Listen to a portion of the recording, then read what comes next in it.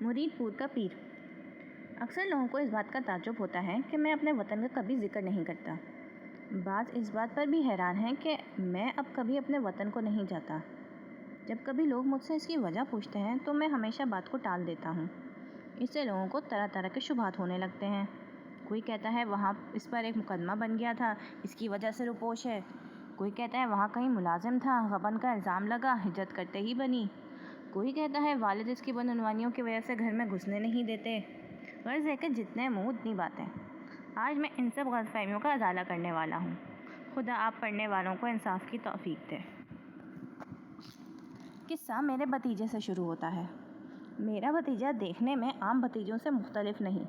میری تمام خوبیاں اس میں موجود ہیں اور اس کے علاوہ نئی پود سے تعلق رکھنے کے باعث اس میں بعض فالتو اوصاف نظر آتے ہیں، لیکن ایک صفت تو اس میں ایسی ہے کہ آج تک ہمارے خاندان میں اس شدت کے ساتھ کبھی رونما نہیں ہوئی، اور وہ یہ کہ بڑوں کی عزت کرتا ہے، اور میں تو اس کے نزدیک بس علم و فن کا ایک دیوتا ہوں۔ یہ خبط اس کے دماغ میں کیوں سمایا ہے، اس کی وجہ میں یہی بتا سکتا ہوں کہ اعلیٰ سے اعلیٰ خاندانوں میں بھی کبھی کبھی ایسا دیکھنے میں آ جاتا ہے۔ میں نے شائستہ سے شائستہ دو زمانوں کے فرزندوں کو بعض وقت بزرگوں کا اس قدر احترام کرتے دیکھا ہے کہ ان پر نیچ ذات کا دھوکہ ہونے لگتا ہے۔ ایک سال میں کانگریس کے جلسے میں چلا گیا، بلکہ یہ کہنا صحیح ہوگا کہ کانگریس کا جلسہ میرے پاس چلا آیا۔ مطلب یہ کہ جس شہر میں موجود تھا وہیں کانگریس والوں نے اپنا سالانہ اجلاس منعقد کرنے کی ٹھان لی۔ میں پہلے بھی اکثر جگہ اعلان کر چکا ہوں، اور میں اب بھی ببانگ دہل یہ کہنے کو تیار ہوں کہ اس میں میرا ذرا بھی قصور نہ تھا۔ بعض لوگوں کو یہ شک ہے کہ میں نے محض اپنی تسکین نفوست کے لیے کانگریس کا جلسہ اپنے پاس ہی کرا لیا، لیکن یہ محض حاسدوں کی بدنیتی ہے۔ بھانڈوں کو میں نے اکثر شہر میں بلوایا ہے، دو ایک مرتبہ بعض تھیٹروں کو بھی دعوت دی ہے، لیکن کانگریس کے مقابلے میں میرا رویہ ہمیشہ ایک گمنام شہری کا سا رہا ہے۔ بس اس سے زیادہ میں اس موضوع پر کچھ نہ کہوں گا۔ جب کانگریس کا سالانہ جلسہ بغل میں ہو رہا ہو تو کون ایسا متقی ہوگا جو وہاں جانے سے گریز کرے؟ زمانہ بھی تعطیلات اور فرصت کا تھا، چنانچہ میں نے شغلِ بیکاری کے طور پر اس جلسے کی ایک ایک تقریر سنی۔ دن بھر تو جلسے میں رہتا، رات کو گھر آ کر اس دن کے مختصر سے حالات اپنے بھتیجے کو لکھ بھیجتا تاکہ سند رہے اور وقت آنے پہ وقت ضرورت کام آئے۔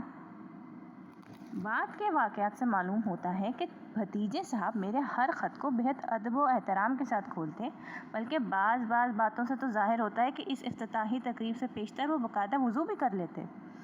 خط کو وہ خود پڑھتے، پھر دوستوں کو سناتے، پھر اخباروں کے ایجنٹ کی دکان پر مقامی لال بھجکڑوں کے حلقے میں اس کو خوب بڑھا چڑھا کر دہراتے، پھر مقامی اخبار کے ایڈیٹر کے حوالے کرتے تھے، جو اس کو بڑے اہتمام کے ساتھ چھاپتا تھا۔ اس کا نام مرید پور گزٹ تھا۔ اس کا مکمل فائل تو کسی کے پاس موجود نہیں، 2 مہینے تک ہی جاری رہا، پھر بعض مالی مشکلات کی وجہ سے بند ہو گیا۔ ایڈیٹر صاحب کا حلیہ ذیل ہے، رنگ گندمی، گفتگو فلسفیانہ، شکل سے چور معلوم ہوتے ہیں۔ کسی صاحب کو ان کا پتہ معلوم ہو تو مرید پور کی خلافت کمیٹی کو اطلاع پہنچا دیں، اور کوئی صاحب اگر ان کو ہرگز چندہ نہ دیں، ورنہ خلافت کمیٹی ذمہ دار نہ ہوگی۔ یہ بھی سننے میں آیا کہ اس اخبار نے میرے ان خطوط کے بل پر ایک کانگریس نمبر بھی نکال مارا، جو اتنی بڑی تعداد میں چھپا کہ ان کے اوراق اب تک پنساریوں کی دکان پر نظر آتے ہیں۔ بہرحال مرید پور کے بچے نے میری قابلیت انشا پردازی، صحیح الدماغی اور جوش قومی کی داد دی۔ میری اجازت اور میرے علم کے بغیر مجھ کو مرید پور کا قومی لیڈر قرار دیا گیا۔ 1-2 شاعروں نے مجھ پر نظمیں بھی لکھی جو وقفاً مرید پور گزٹ میں چھپتی رہیں۔ میں اپنی اس عزت افزائی سے محض بے خبر تھا۔ سچ ہے، خدا جس کو چاہتا ہے عزت بخشتا ہے۔ مجھے کیا معلوم تھا کہ میں نے اپنے بھتیجے کو محض چند خطوط لکھ کر اپنے ہم وطنوں کے دل میں اس قدر گھر کر لیا ہے، اور کسی کو کیا معلوم تھا کہ یہ معمولی سا انسان جو ہر روز چپ چاپ سر نیچا کیے بازاروں میں سے گزر جاتا ہے، مرید پور میں پوجا جاتا ہے۔ میں وہ خطوط لکھنے کے بعد کانگریس اور اس کے تمام متعلقات کو قطعاً فراموش کر چکا تھا۔ مرید پور گزٹ کا میں خریدار نہ تھا۔ بھتیجے نے میرے بزرگی کے رعب کی وجہ سے کبھی برسبیل تذکرہ اتنا بھی نہ لکھ بھیجا کہ آپ لیڈر ہو گئے ہیں۔ میں جانتا ہوں کہ وہ مجھ سے یوں کہتا تو برسوں تک اس کی بات میری سمجھ میں نہ آتی، لیکن بہرحال مجھے کچھ تو معلوم ہوتا کہ میں ترقی کر کے کہاں سے کہاں پہنچ چکا ہوں۔ کچھ عرصے بعد خون خرابی کی وجہ سے ملک میں جا بجا جلسے نکل آئے۔ جس کسی کو بھی ایک میز، ایک کرسی اور گلدان میسر آیا، اس نے جلسے کا اعلان کر دیا۔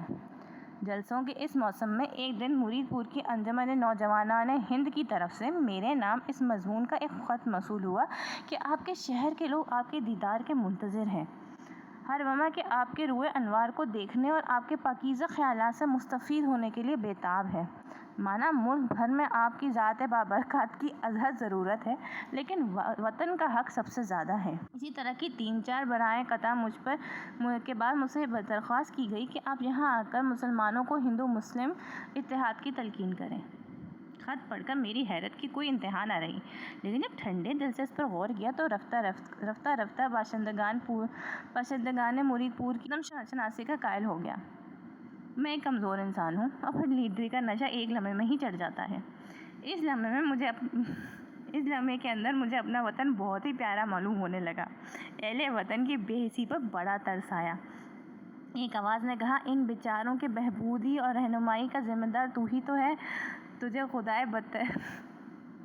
خدا نے تدبر کی قوت بخشی ہے۔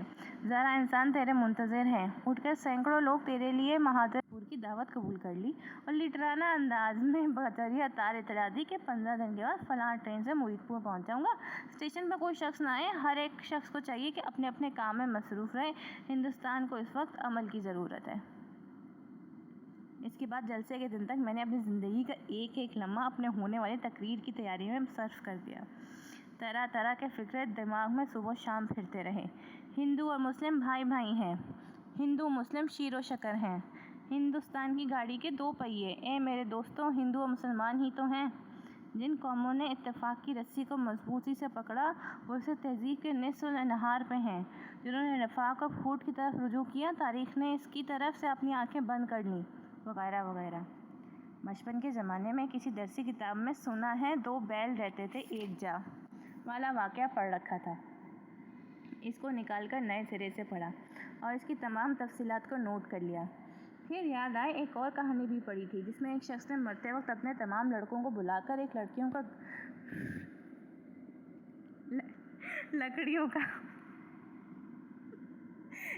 لکڑیوں کا گھٹا اسے سامنے رکھ دیا اور ان سے کہتا کہ اس گھٹے کو توڑو۔ وہ نہیں توڑ سکے اور پھر اس گھٹے کو کھول کر ایک ایک لڑکی ان سب کے ہاتھ میں دے دیتا جسے وہ آسانی سے توڑ لیتے ہیں۔ اس طرح وہ اتفاق کا سبق اپنے اولاد کے ذہن نشین کراتا ہے۔ اس کہانی کو بھی لکھ لیا۔ تقریر کا آغاز سوچا تو سوچ اس طرح سے تمہید مناسب معلوم ہوئی۔ میرے پیارے ہم وطنوں، گھٹا سر پہ ادبار کی چھا رہی ہے، فلاکت سما اپنا دکھلا رہی ہے، نحوست پسِ و پیش منڈلا رہی ہے، چاروں طرف سے ندا آ رہی ہے کہ کل کون تھے آج کیا ہو گئے تم، ابھی جاگتے تھے ابھی سو گئے تم۔ ہندوستان کے مایہ ناز شاعر یعنی مولانا الطاف حسین حالی پانی پتی نے آج سے کئی برس پیشتر یہ اشعار قلمبند کیے تھے۔ اس کو کیا معلوم تھا کہ جوں زمانہ گزرتا جائے گا اس کا المناک الفاظ روز بروز صحیح تر ہوتے جائیں گے۔ آج ہندوستان کی یہ حالت ہے، وغیرہ وغیرہ۔ اس کے بعد سوچا کہ ہندوستان کی حالت کا ایک دردناک نقشہ کھینچوں گا، افلاس، غربت وغیرہ کی طرف اشارہ کروں گا اور پھر پوچھوں گا آخر اس کی وجہ کیا ہے۔ ان تمام وجوہ کو دہراؤں گا جو لوگ اکثر بیان کرتے ہیں، مثلاً غیر ملکی حکومت، آب و ہوا، مغربی تہذیب، لیکن ان سب کو باری باری غلط قرار دوں گا اور پھر اصل وجہ بتاؤں گا کہ اصل وجہ ہندوؤں اور مسلمانوں کا نفاق ہے۔ آخر میں اتحاد کی نصیحت کروں گا اور تقریر کو اس شعر پہ ختم کر دوں گا۔ اندلیب کریں آہوزاریاں، تو ہائے گل پکار میں چلاؤں ہائے دل۔ 10-12 دن اچھی طرح غور کرنے کے بعد میں نے اس تقریر کا ایک خاکہ سا بنایا اور اس کو ایک کاغذ پر نوٹ کر لیا تاکہ جلسے میں اسے اپنے سامنے رکھ سکوں۔ وہ خاکہ کچھ اس طرح کا تھا۔ تمہید اشعار حالی، بلند اور دردناک آواز سے پڑھو۔ 2. ہندوستان کی موجودہ حالت: الف افلاس، ب بغض، ج قومی رہنماؤں کی خود غرضی۔ 3. اس کی وجہ: کیا غیر ملکی حکومت ہے؟ نہیں۔ کیا آب و ہوا ہے؟ نہیں۔ کیا مغربی تہذیب ہے؟ نہیں۔ تو پھر کیا ہے؟ وقفہ، جس کے دوران میں مسکراتے ہوئے تمام حاضرین جلسے پہ ایک نظر ڈالوں گا۔ تو پھر بتاؤ کہ وجہ مسلمان اور ہندوؤں کا نفاق ہے۔ نعروں کے لیے وقفہ۔ اس کا نقشہ کھینچو اور فسادات وغیرہ کا ذکر رقت انگیز آواز میں کرو۔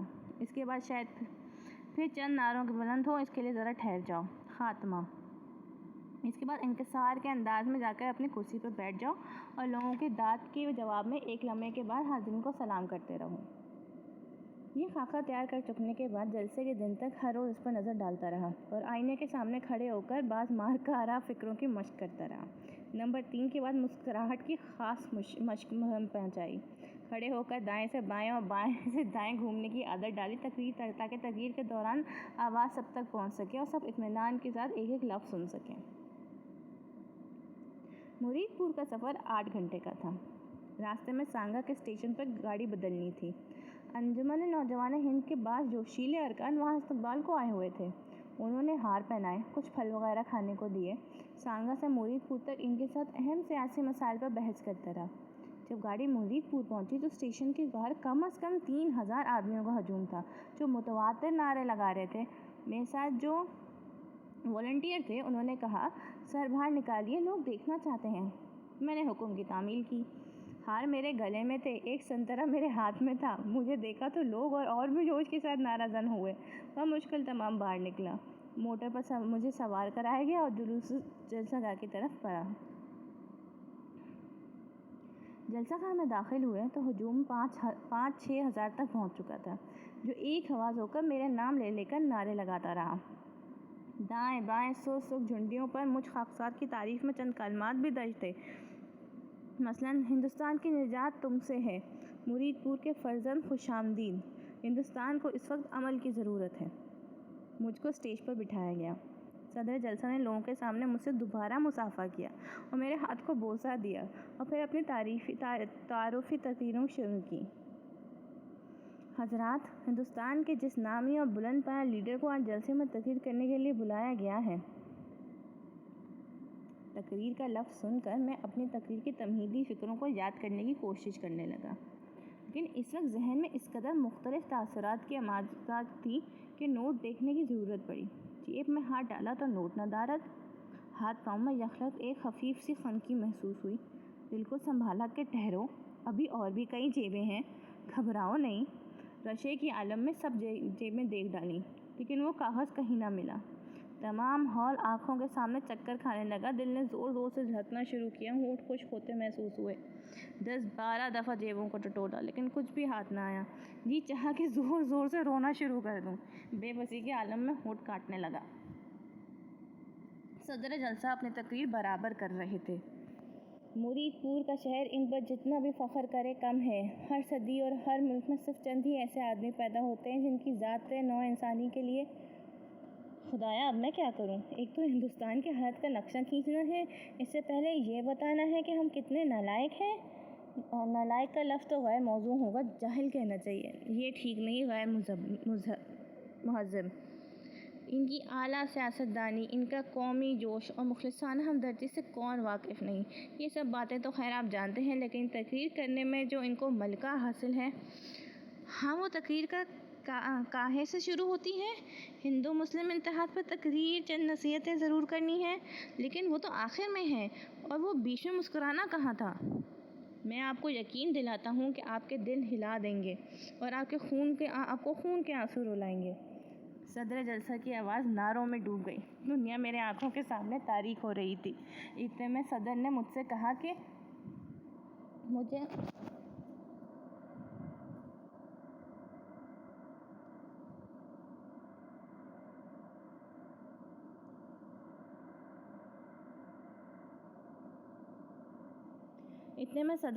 کچھ کہا، مجھے الفاظ بالکل سنائی نہ دیے۔ اتنا محسوس ہوا کہ تقریر کا وقت سر پر آن پہنچا ہے اور مجھے اپنے نشست پر سے اٹھنا ہے۔ چنانچہ ایک نامعلوم طاقت کے زیر اثر اٹھا، کچھ لڑکھڑایا، پھر سنبھل گیا۔ میرے ہاتھ کانپ رہے تھے۔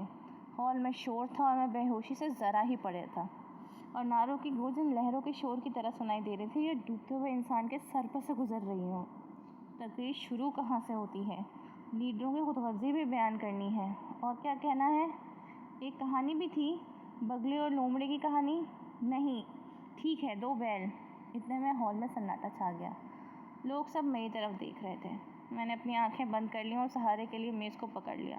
میرا دوسرا ہاتھ بھی کانپ رہا تھا، وہ بھی میں نے میز پر رکھ دیا۔ ایسا معلوم ہو رہا تھا جیسے میز بھاگنے کو ہے اور میں اسے روکے کھڑا ہوں۔ میں نے آنکھیں کھولی اور مسکرانے کی کوشش کی۔ گلا خشک تھا، بہت مشکل میں نے یہ کہا، میرے پیارے ہم وطنوں۔ آواز خلاف توقع بہت ہی باریک اور مخفی سی نکلی۔ ایک دو شخص ہنس دیے۔ میں نے گلے کو صاف کیا تو کچھ اور لوگ ہنس پڑے۔ میں نے جی کڑا کر کے زور سے بولنا شروع کیا۔ پھیپھڑوں پر جو لفظ یوں زور ڈالا تو آواز بہت ہی بلند نکل آئی۔ اس پر بہت سے لوگ کھلکھلا کر ہنس پڑے۔ ہنسی تھی تو میں نے کہا، ہمارے پیارے ہم وطنوں۔ اس کے بعد ذرا دم لیا اور پھر کہا، پیارے ہم وطنوں۔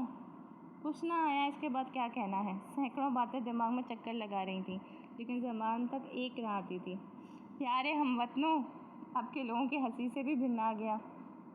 اپنی توہین پر بڑا غصہ آیا۔